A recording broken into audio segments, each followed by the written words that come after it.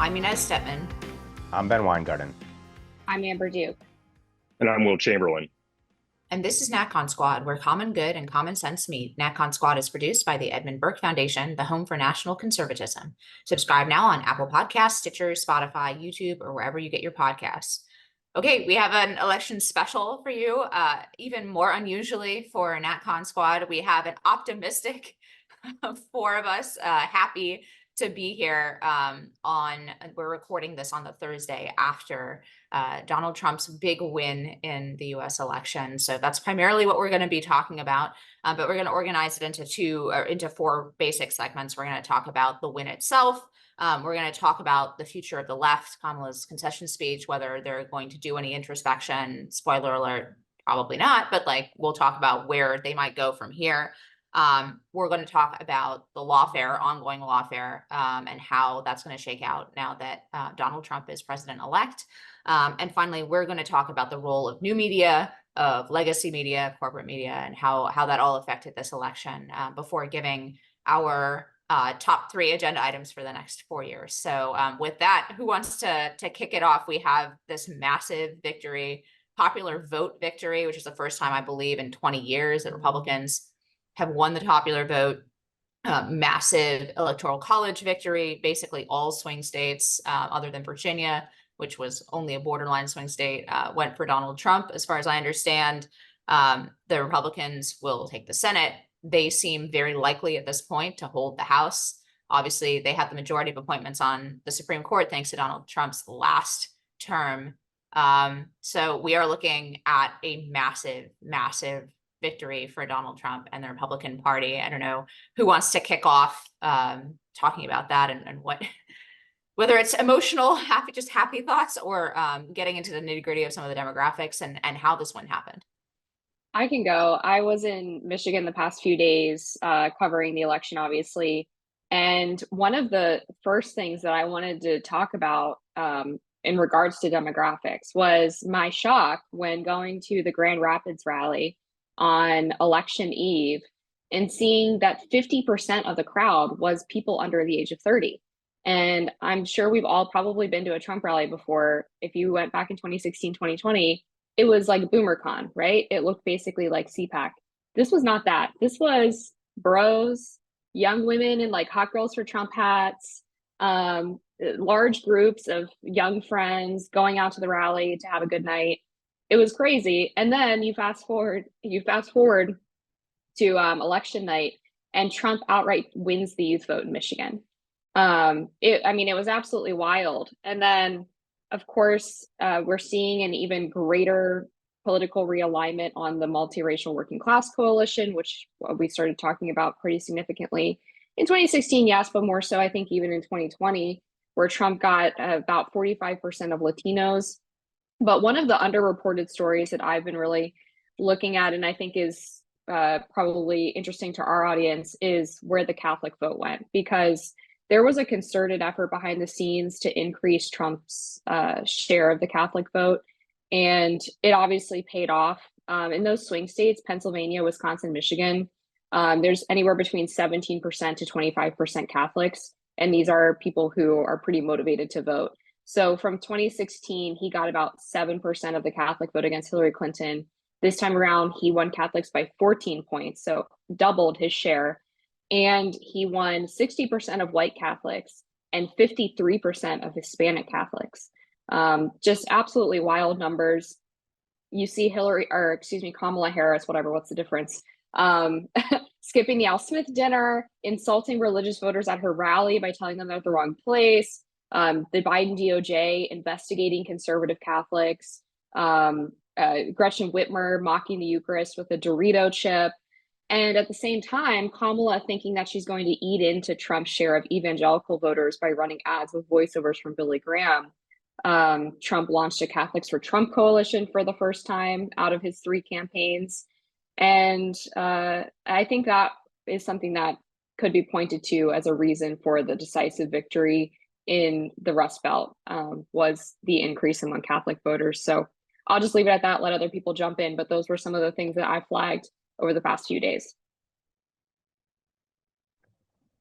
So briefly, this was a historic win, a decisive win, as close to a mandate as you're going to get in a 50-50 country. As our viewers and listeners are well aware, I'm typically the black-pilled one. I expect the worst and hope for the best. There were any number of competing sort of anecdotes and data points in the run-up to Election Day and then on Election Day, but the trends that were at play really persisted, and it was clear that the early voting was not cannibalization. The registration numbers were not something to scoff at. It really does appear that the get out the vote effort was infinitely more superior relative to what we saw in 2020. And some of the most evil forces, I don't know a better word for it, had a drubbing, a decisive drubbing. And that's a great thing for this country. That's a great thing for our republic if it's going to survive in anything resembling the kind of form we want it to survive in. A point that my dad made, I can't take credit for this one, is that we had these massive gains among all different constituencies at disproportionate levels relative to history, whether it's black voters, Hispanic voters, Jewish voters, Arab voters, beyond. The conventional wisdom is sort of that immigration and inflation / the economy were the drivers for most voters. And I think that conventional wisdom is probably right. Of course, there are myriad factors at play. Those voters, I don't think, realize, though, what they voted in favor of and what they voted out. The significance of it, what was at stake in this election, were literally two different conceptions of civilization, were an opportunity at a bright future and plunging us into darkness, essentially. I mean, we could tick off any number of different losers, from Barack Obama himself, the regime media, the lawfare inquisitionists, the censorship industrial complex, the deep state, the woke radical gender ideology purveyors, and the anti-Americans, really, who have been the animating forces in all of our most powerful and influential institutions. So, again, this was a dramatic and decisive win.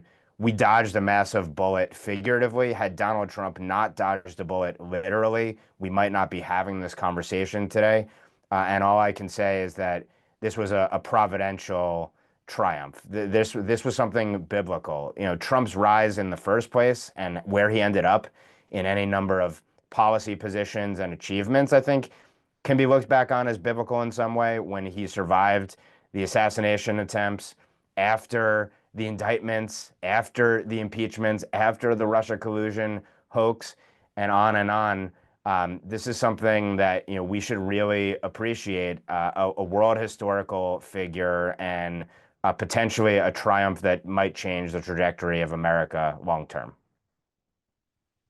Yeah, I mean, it's a massive victory. I think I came on here and projected or guessed something like Trump winning by 2 or 3 and sweeping the battleground states, and that's what happened. It seems like pretty, if you bet on a sort of average pro-Trump polling error, or pro-Biden polling error, rather, you would have gotten to that result. And I mean, really, a 2.5 to 3-point popular vote victory is an absolute landslide for the Republicans, given how concentrated, progressive votes are in places like California. So we really did well. We did well across a huge number of demographics. We won Latino men. We won young men by 13. We we wouldn't have won Latino. I mean, we lost Latino men by 30. And I think we lost young men by something like 30 in 2016. So it's a massive W in terms of the numbers. And consequentially, it's a massive W. Like, we're going to have 53 Senate seats, easy, and we might pick up 1 or 2 more. I don't think so. I think it's looking like 53 is going to be the number, but we were pretty close to almost 56. That means we can ignore Susan Collins and Lisa Murkowski and just get people confirmed. We can talk more about that later. But it's and back in my control of the House, we're going to have a real Trump administration do what it wants to do and not be hamstrung by the old powers that want to see it fail. So I'm very, very optimistic.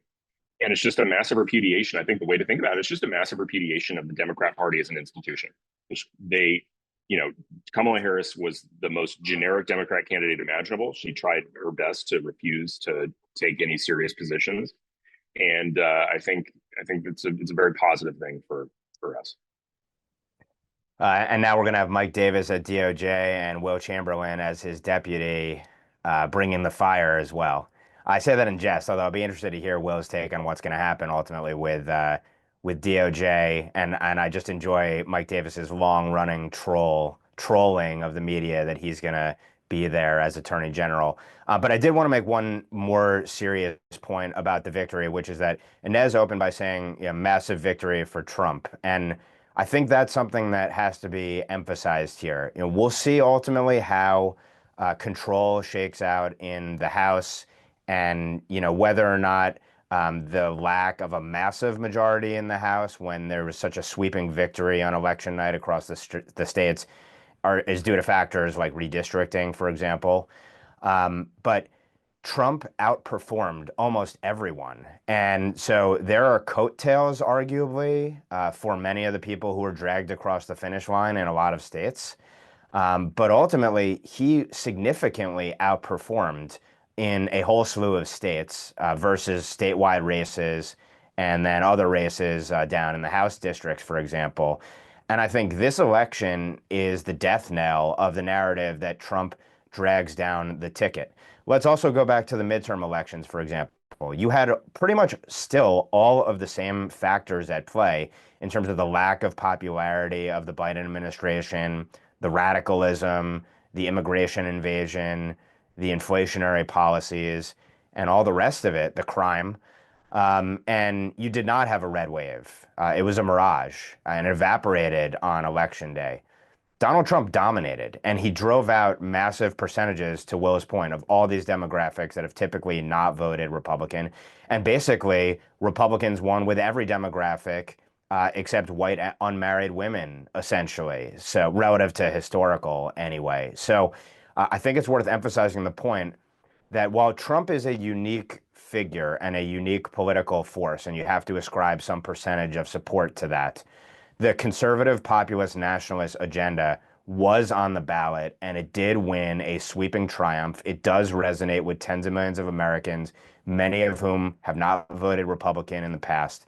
And so this is a massive opportunity that ought to be seized on. And I just want to emphasize that point. It was a decisive Trump victory, and one would hope that Republicans who have been recalcitrant establishment Republicans would get on board, realize it's good for the country and it's in their political self-interest, or otherwise step aside if they can't get behind the agenda that's so popular with the American public and so good ultimately for the Republic in the future.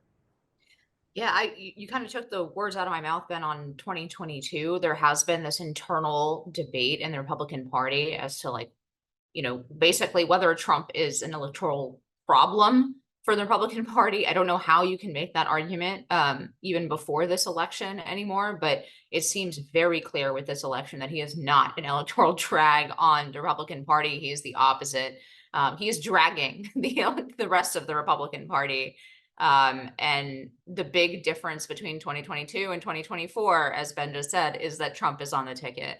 To the extent that there's somebody else, I think, to give credit to here, I do think that JD Vance, again, something that the large part of the Republican Party had very negative opinions about. Why is he picking JD Vance? Why JD Vance is a drag on the ticket. That also turned out not to be true. I think the turning point in many ways, I do think Trump probably would have won anyway, but I do think the turning point in many ways was JD Vance's debate with Tim Walz, where he absolutely dominated. And the fact that he was dominating in leftist and very unfair, hostile media environments, just like week after week after week, putting meat on the bones and making it quote unquote okay for people to vote for Trump, and really pushing back against some of the hysteria and the narratives about how evil the agenda of Donald Trump is. I don't know. I think he made a difference in this election. And I came into this thinking the VP doesn't really matter for electoral purposes, but I think that he did make a difference. And I'm very glad that he's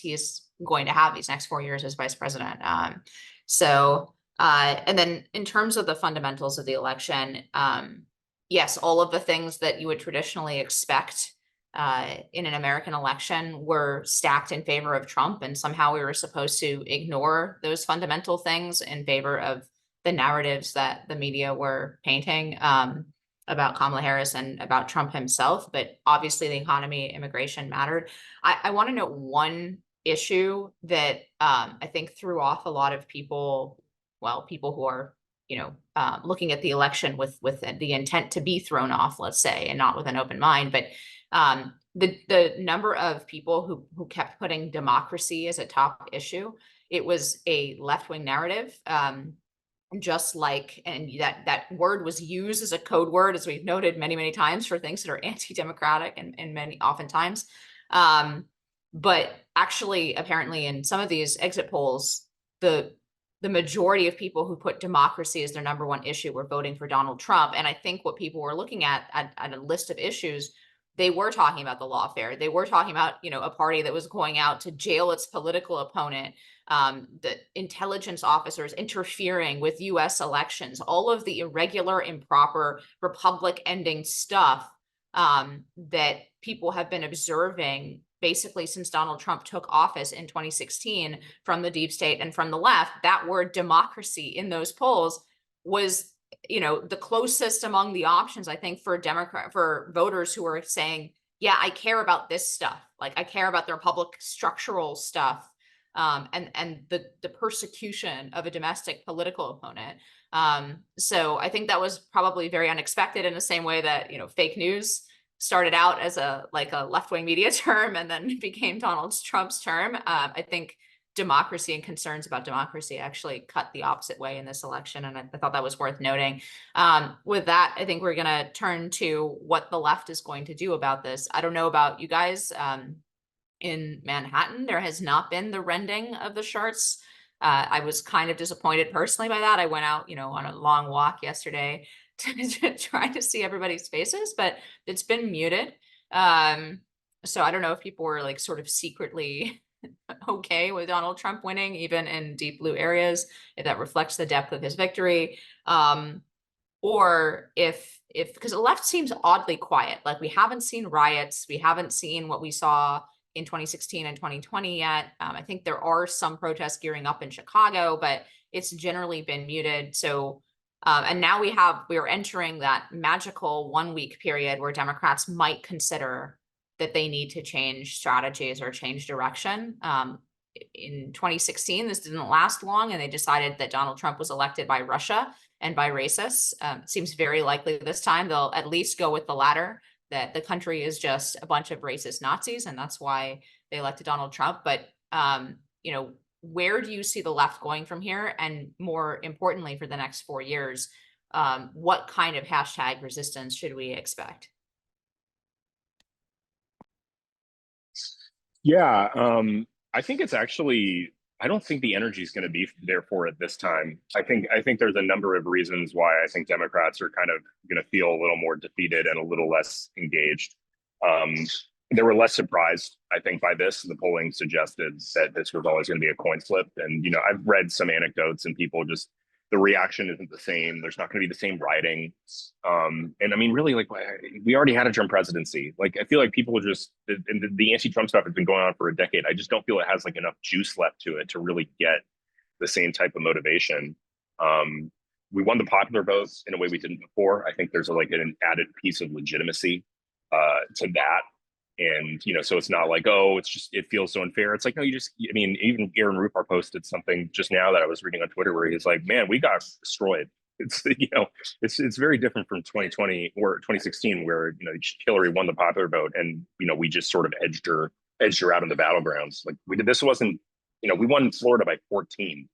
This is not a close race. We only lost New Jersey by 5. And so I think there's just going to be a lot more Democrat soul searching and a little bit less interruption. I mean, and I think also we're just going to be more effective in government. I think one of the things that happened is the very first thing that Trump did was the travel ban, and it just awakened this massive legal resistance. And I just don't see that happening this time. I don't think we're going to do the exact same thing. We ran on mass deportation. We won a popular mandate with it. We're going to do it. Most people want illegal immigrants gone. So I just don't see the energy for it. I think the real question is, what are we going to do to the various people who started the lawfare against us? I posted a tweet yesterday that I think accurately reflects what I think. We cannot just let that go, because it will happen again in the future if the people who did the lawfare and broke the law themselves just get away with it. So Merrick Garland's got to be prosecuted for contempt of Congress. Fannie Willis has got to be prosecuted for perjury. We got to do all that stuff. But I don't think the left's really got the fight in them anymore. Not after this. Yeah, I tend to agree. I was hearing rumors that there were going to be protests outside of the White House if Trump won. They were pretty weak, according to people who were there. They kind of dissipated shortly after midnight. And you're seeing this sort of resistance type language from the usual suspects like Letitia James and Miles Taylor, but not on any grand scale like we saw the first time around. And I think part of it too is that the Democrats never really expected to win. I mean, maybe like professional leftist commentators like Joy Reid had bought into this narrative of joy and vibe shifts and all of this nonsense. But I think people close to the Kamala campaign saw the internals, knew things were bad, knew that the fundamentals of the race were all stacked against Kamala. One of the things I've consistently said since they decided to have Kamala be the nominee was that it was kind of a win-win in some respects for the Democrats, because they were very unlikely to win this election anyway, just given how unpopular Biden was, the economy, immigration being top issues, democracy, as Inez mentioned, not cutting the way Dems would have liked it to. And Kamala, of course, being even more unpopular than Biden before she took over the nomination. It was kind of a way, I think, for them to get Kamala out of the way for 2028. Because they can now say she had her shot, they gave her a chance, but they did it in an election that was kind of stacked against them anyway. So I think that they just kind of expected this. I mean, the last week or two were kind of obvious that they knew things were not going well when they started trotting out the Nazi fascism, authoritarianism language, which was just a retread of 2016. So if you look at it through that perspective, like, they knew it would have taken a miracle for them to win an election in 100 days with a hugely unpopular administration anyway. I think that helps explain some of the muted reaction to Trump's victory. I think we're going to know. I'm sorry, did you want to jump in, Inez? No, go ahead. I'll go after. Okay. I was just going to say, I mean, I think we're going to get a sense in the very near term as to what the trajectory of the regime looks like. We obviously, first of all, we have Jack Smith essentially announcing he's going to toss the cases. We have Judge Merchan very soon going to rule on what happens with respect to sentencing of Donald Trump. As Amber noted, there's Tish James and I think Massachusetts's governor, I believe, as well, who have come out and sort of indicated Maura Healey that the fight's going to continue at the state and local levels. So the one question is, like, will the resistance bubble up at the state and local levels, but the feds are obviously going to be neutralized because, notwithstanding the administrative state that's going to be 95% probably at Donald Trump's throat, they obviously don't have the power there that they have at the state and local levels to engage in all manner of chicanery. If you look at what some of the folks who were part of, for example, the Transition Integrity Project in 2020 are saying, they ran similar quote unquote exercises, tabletop simulations back in the summer of this year about what they would do and what it would look like after a Trump win, how to quote unquote stop authoritarianism. And they've cleansed some of this in reporting on their tabletop exercises, where they talk about some of the things they'll probably do to gum up the works.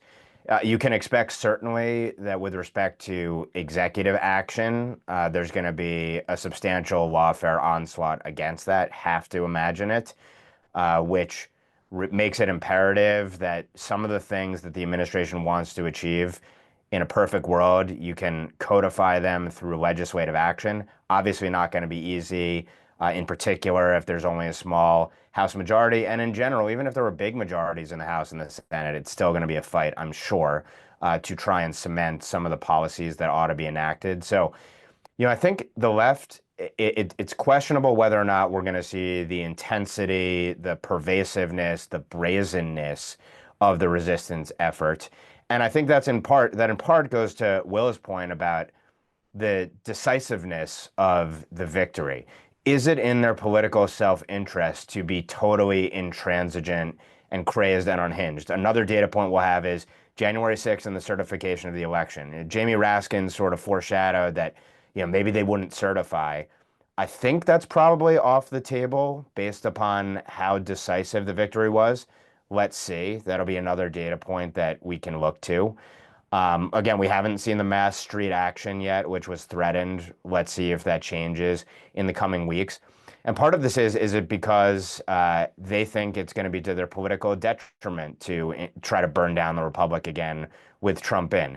They might also have made the calculation, look, let's just wait out 4 years of this. We'll do the normal sort of holding actions that we can, hopefully take back the House, maybe the Senate in the midterms, and then you can essentially neutralize the agenda. Obviously, we don't know what the deep state is up to right now, this minute. We don't know, to Will's point, what all of these authorities are going to be doing in the way of document destruction, et cetera, right now to try and protect themselves and hide their malfeasance. So I think we have to take a wait and see approach to it, with the caveat that, again, the broader question is for the Democrats, are they lost in the wilderness or not? And do they perceive themselves to be lost in the wilderness or not, based upon the fact that almost the entire country moved red and rightward in this race? If they think that it's a blip and this is an aberration, then they're going to continue on their unmerry way.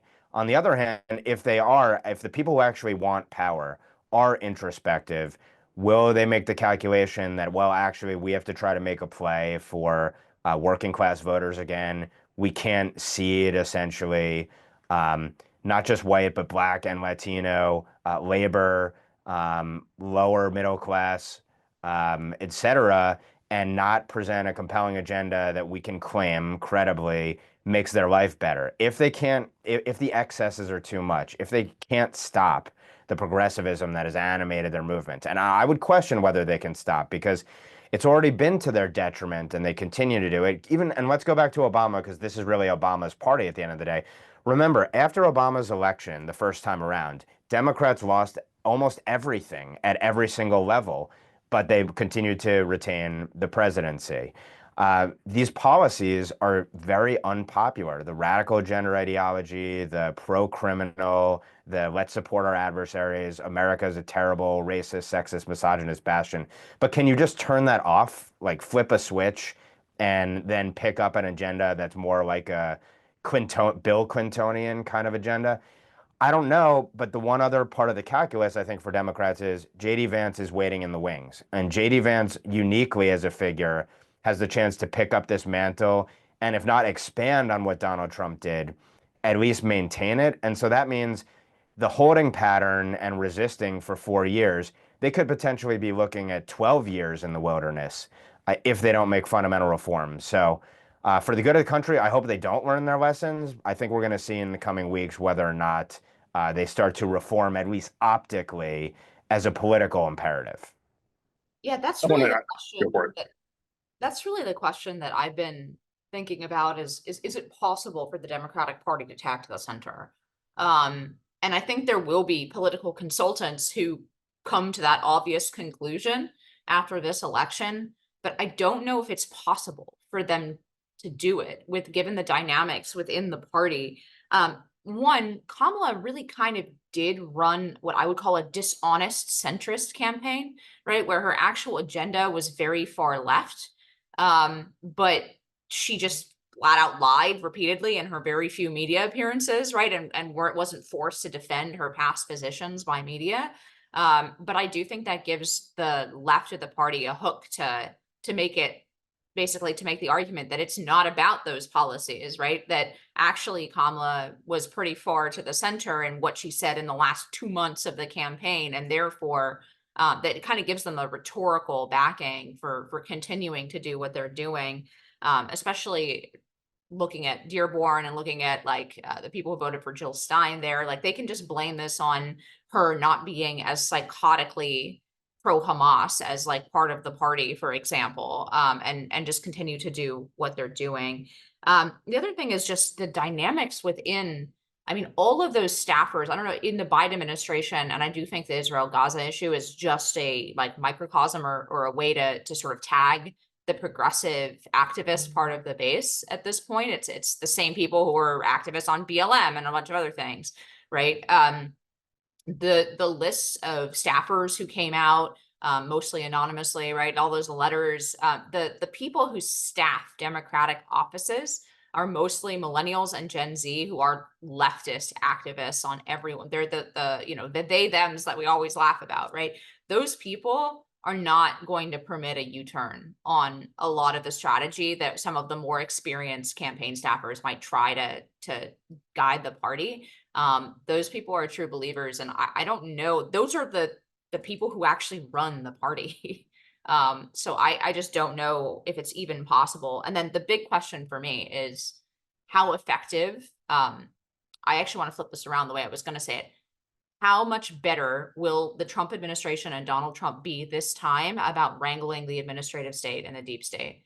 Because the last 4 years, they #resisted very effectively. They were just actively working against the Trump administration and the political appointees within that administration for 4 years, and they stopped a lot. They stopped a lot. So that's the big open question to me is I hope that it's hard to see how he wouldn't have learned that lesson given, the illegitimate ways that these people have come after him, during those 4 years and in the interim 4 years. But I hope he has really, really internalized that lesson. And I hope he has very smart people on board to deal with wrangling the bureaucracy, because that's the other quiet resistance. They might not be as loud about it this time, but the people who staff the federal bureaucracy, the 2.8 million civilian bureaucrats who actually run the government, they donate 95% to Democrats. They are functionally the wing of the Democratic Party that doesn't have the inconvenience of standing for election.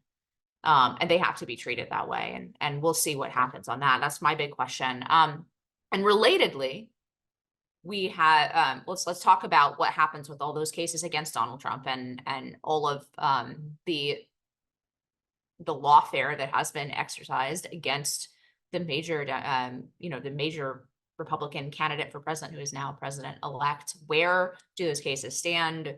What's likely to happen? Does Donald Trump pardon himself if convicted? Right? What happens with all of that?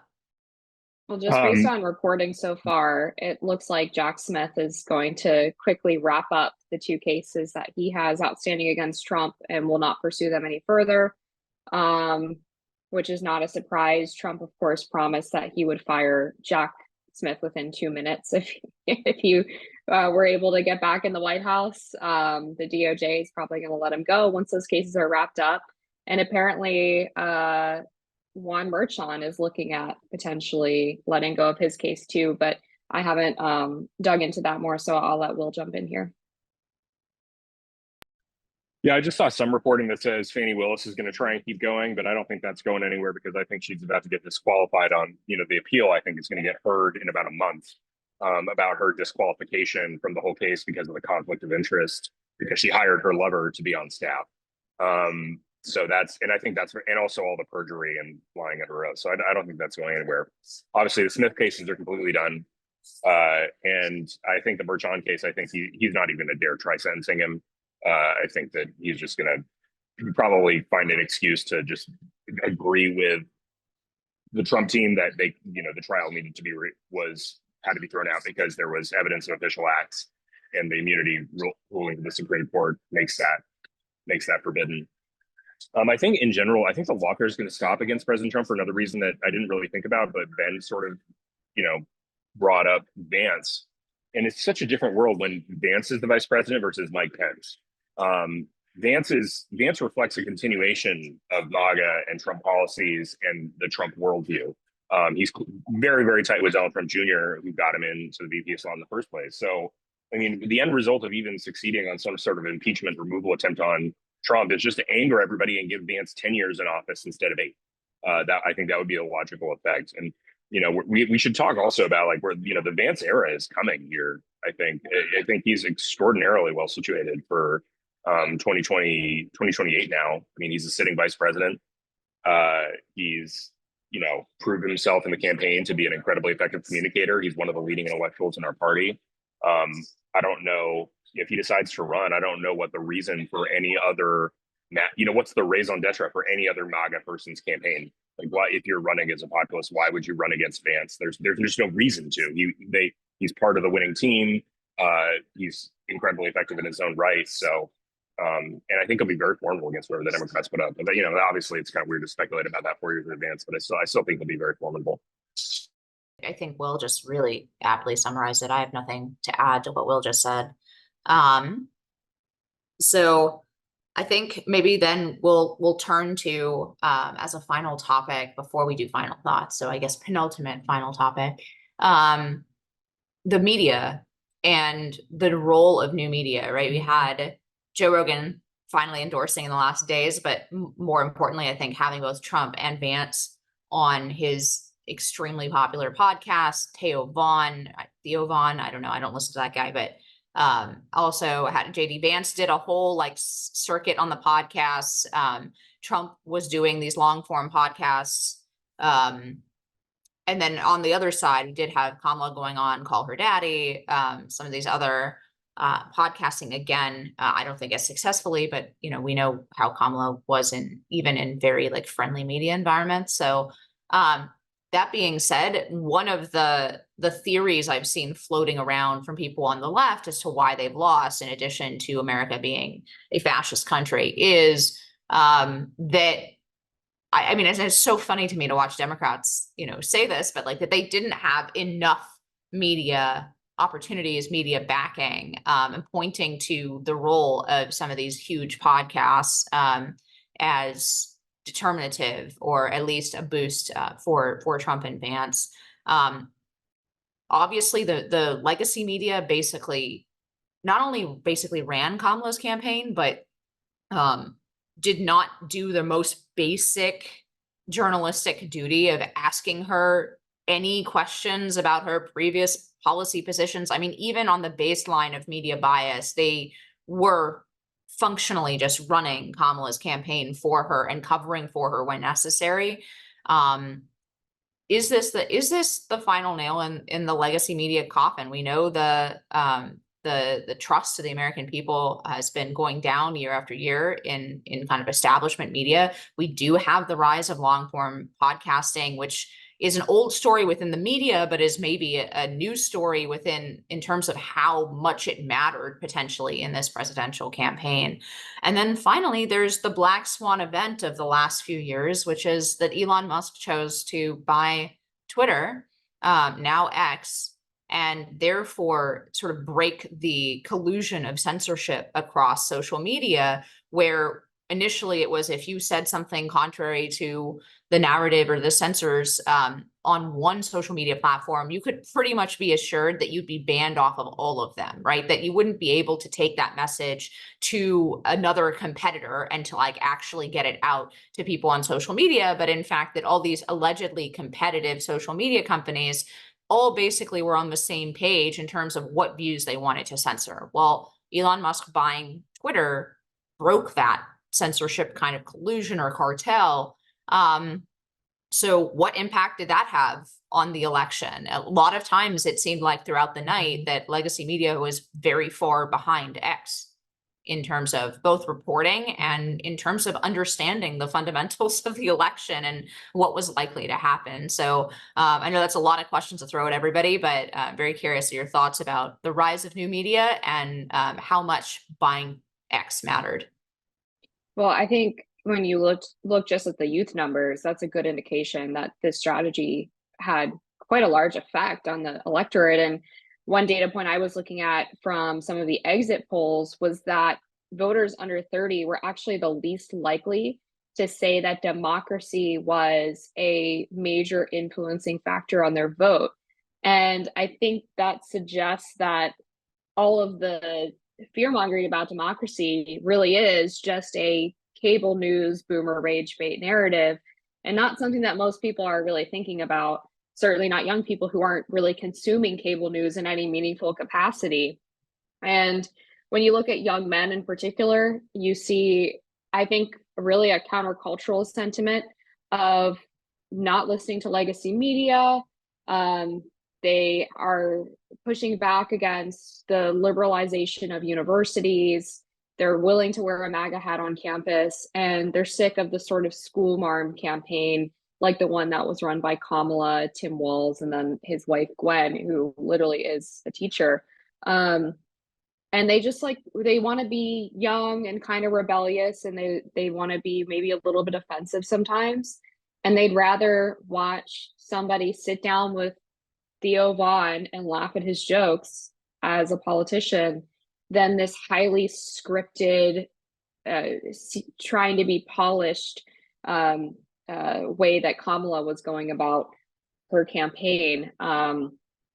And so I think independent media is probably one of the biggest winners from this election, because it proved the power that they have in influencing people.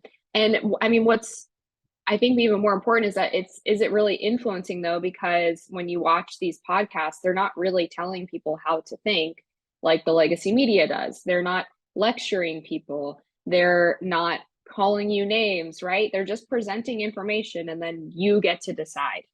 And I think generally speaking, that's a really good thing for our country. It's that combined with X is the democratization of information. Also, I mean, just as a practical matter, independent media has revealed all of the hoaxes of corporate media and provided people news and information that's actually valuable because it's the truth in the face of the propaganda. So it could be a case of that good media is actually crowding out the bad media. And you sort of see this, even though, of course, they take the completely opposite perspective.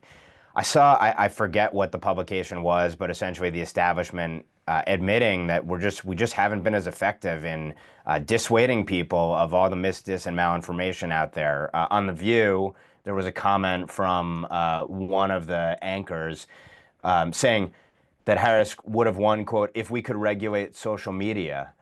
Mark Elias himself tweeted a prediction in response to something from Brian Stelter's Unreliable Sources newsletter, where he said the trend he's seeing is that MSM news, so mainstream media news, will decline because it's failing to give customers what they want.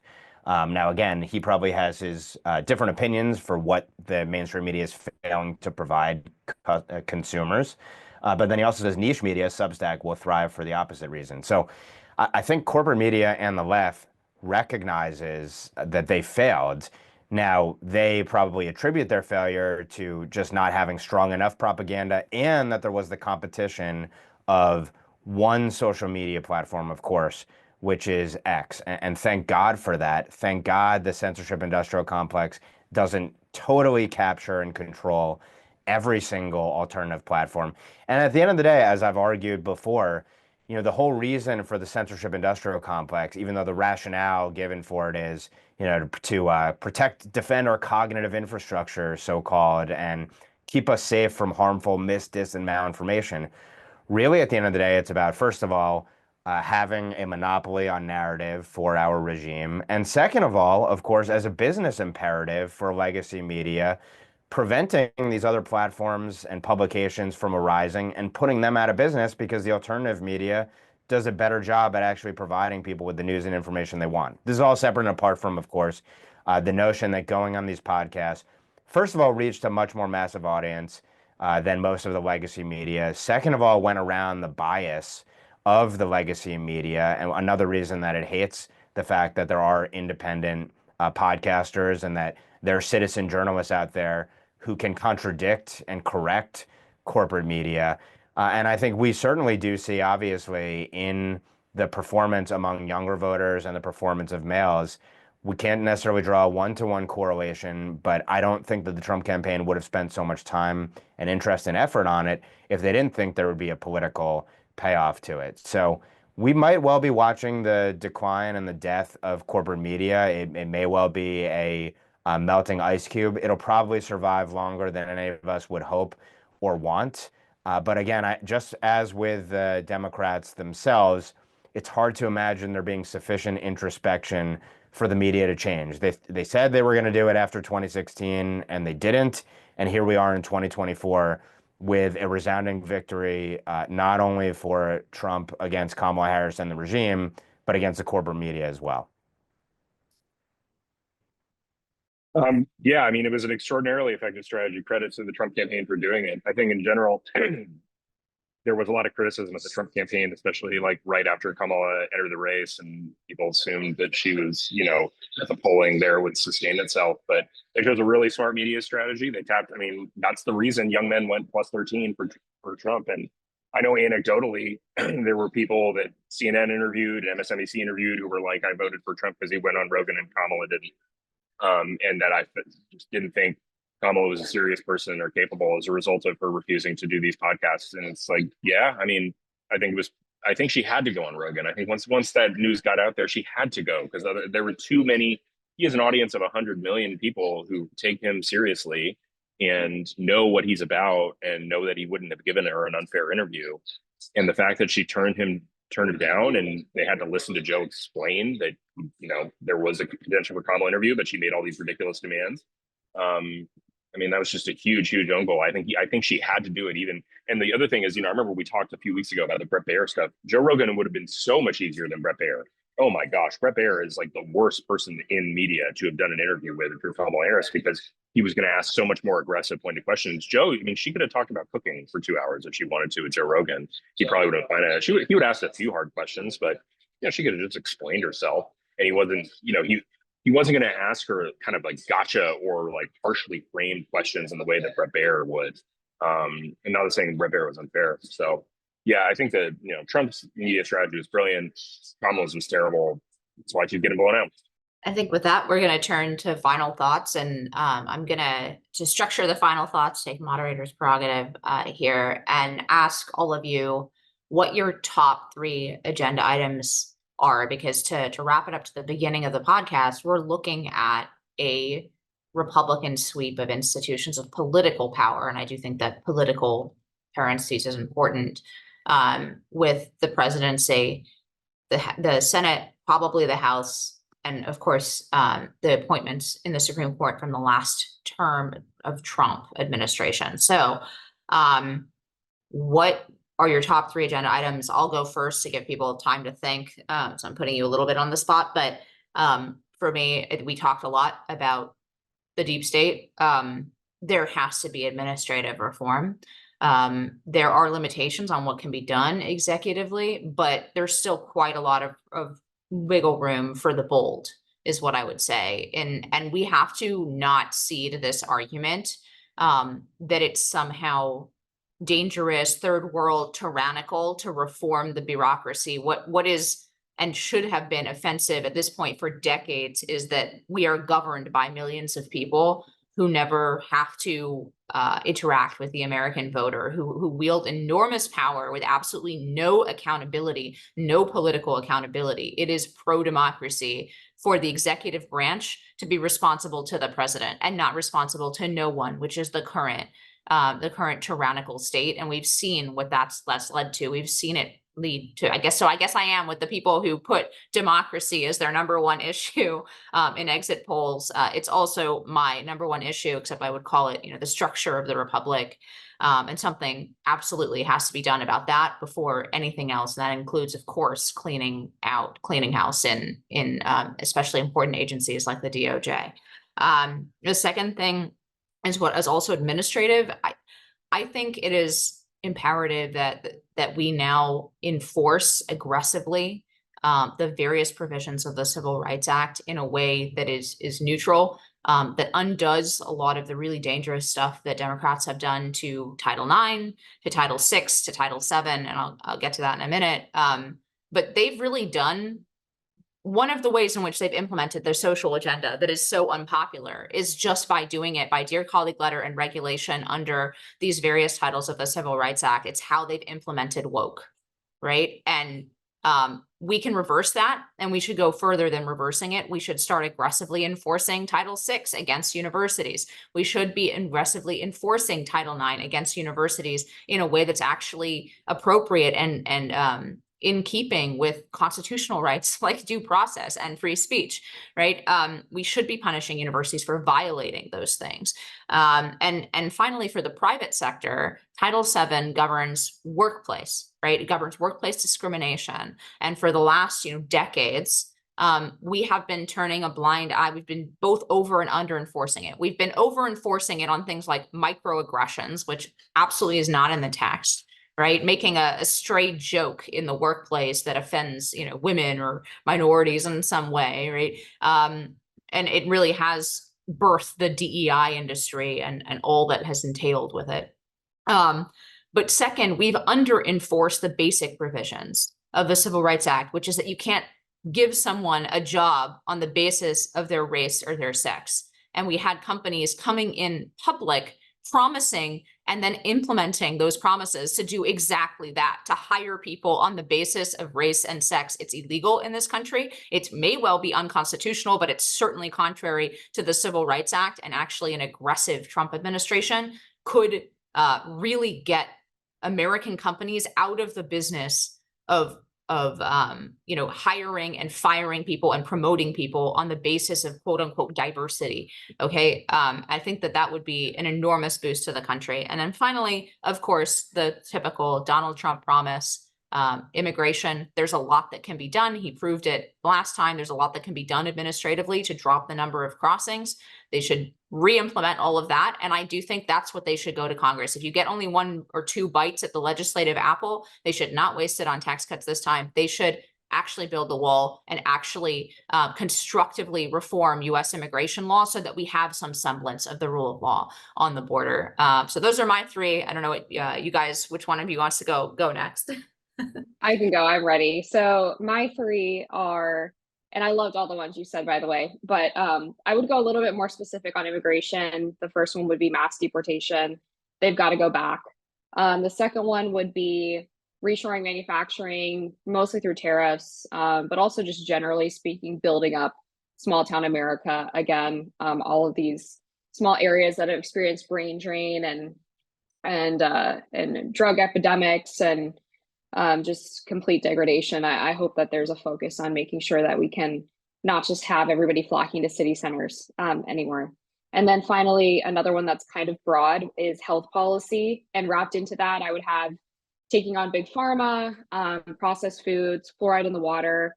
And then since it kind of makes sense here, I'll throw in like gender stuff, transgender surgeries for kids and things like that, all under health policy. So those are my 3. Yeah, I'm right there with you guys on immigration. Obviously, mass deportations need to start, and the border wall needs to be built. I think that's like priority 1 policy wise.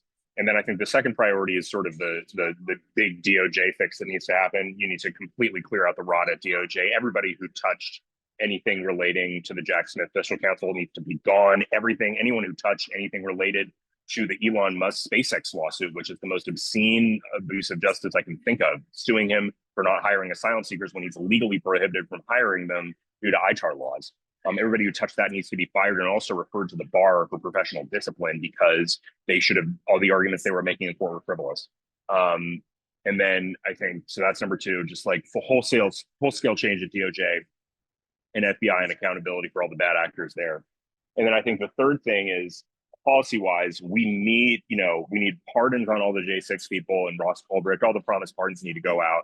And then we also need to change the way that the DC judicial system works. We have a world where Republicans are vulnerable to being prosecuted and Democrats are not. That imbalance is just going to continue and create huge vulnerabilities for anybody who even thinks about going to work in the administration going forward. So I think you either need to create a automatic right of removal for anybody in DDC, that they can remove it to the Western District of Virginia where they can get actually a fair trial, or you need to dissolve the DDC and dissolve it into the broader Fourth Circuit, so that you just no longer have this like tiny island of Democrat law in where every single central important decision is being made for the country. So I think that's the big next thing. So you guys have covered a lot of great policy prescriptions, and I'll probably go a little bit higher level in mine and probably go over the limit of 3 and work through them really quickly, and much in agreement with what everyone said. The first thing, to Will's earlier point that was just sort of reiterated, and I'll go even broader, for the lawfare inquisitionists and the deep state saboteurs, they have to be held to justice. Without that, subverting and sidetracking all of the other things that need to be done. And I think at a higher level, up front, we should say, you have to get the personnel almost perfectly right. And then you're going to have to assume that you're going to be sabotaged and subverted at every turn by the Democrats, by lower level administrative state staffers and beyond. So really, the administration is going to have to be incredibly strategic about where it brings resources to bear. Trump and Vance are going to have to use the bully pulpit to go over and around the media and those who would try to restrain them in the administrative state and in Congress, and go straight to the American people to make their case for all of these policies, because it could be very easy to get sidetracked very quickly. To Will's point again, when we go back to the immigration executive order, the travel ban, so-called executive order first time around, and how that sort of got the ball rolling on all of the sabotage and subterfuge that went on. But anyway, the lawfare and bringing to justice the lawfare inquisitionists and the deep state saboteurs, while providing restitution for those who have been wronged and attacked by them, that's one category for me.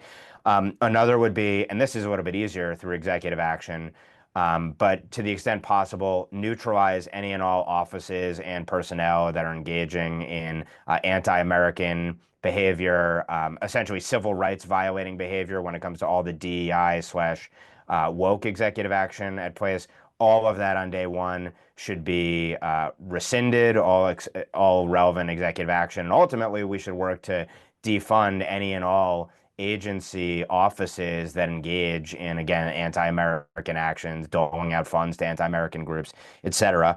Administrative state reform, Inez hit on that in and of itself, could consume an administration over 8 years, has to be done. It's an insane, asinine position that a president is in, that he can't fire any of his subordinates, and that his subordinates essentially can hold the presidency hostage. Shouldn't happen, but that's what's persisted for decades now. We didn't really mention, but energy independence, and then also independence in all strategically significant sectors, obviously hard to achieve in 4 years. We have to have a defense industrial base. We can't be reliant on our adversaries for the most basic components and parts that keep us safe and that deter our adversaries. Related to that, in terms of deterring adversaries, means rebuilding the military, using our allies as force multipliers, getting them to pay their fair share, et cetera, so that we can retrench from the world in the way of needing to bring hard power to bear. And last but not least, sovereignty, promoting and fostering sovereignty in every respect. And that goes even beyond mass deportations and durable borders.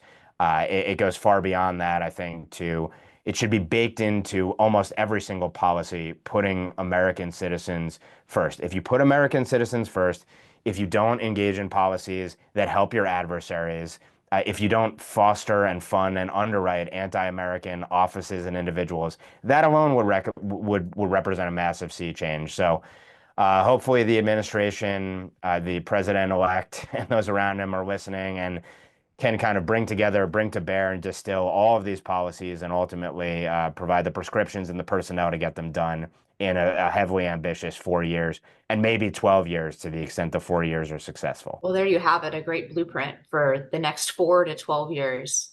On behalf of Amber, Ben, and Will, thanks for tuning in on this happy week in the USA. I'm Inez Stepman. See you at the next NatCon Squad.